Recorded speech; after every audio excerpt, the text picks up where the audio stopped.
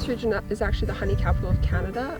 It's attributed mostly to our longer days and our beautiful forage for the bees. So there's lots of abundant clover and alfalfa that the bees like to forage on here. So with the smoke, as of late, the bees seem to have a lot of a harder time foraging. It's almost as though the smoke deters their sense of smell, so they don't want to leave the hive, they're not going to the flowers, not collecting any nectar. It's not been good. Last year, when the air was really heavy with the smoke, we noticed that the bees just weren't leaving their hives to forage, because they do use the sun as their mapping system. We really noticed that they just weren't visiting the flowers.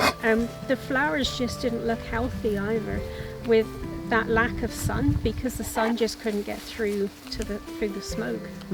And this spring we noticed the bees seemed a little stressed when the smoke came in early, because again it affects everything in the hive, because I'm sure they can smell it, because they can smell flowers, and I'm sure they can smell the smoke, and we think that's what stresses them out. They just seem irritated when they're inside the hive. Last year, because when all the fires were happening, you couldn't even see the highway 100 feet away from our front door, and I would drive around to go check the bees, and they were not going anywhere.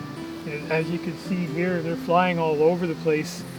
Last year the yards were dead. The bees were all in the hive. There wasn't any going around doing anything during those days when the smoke was heavy. When the days were nice like this, they were flying all over the place doing what they can, but it cut our production down. I would have to say at least in half for us.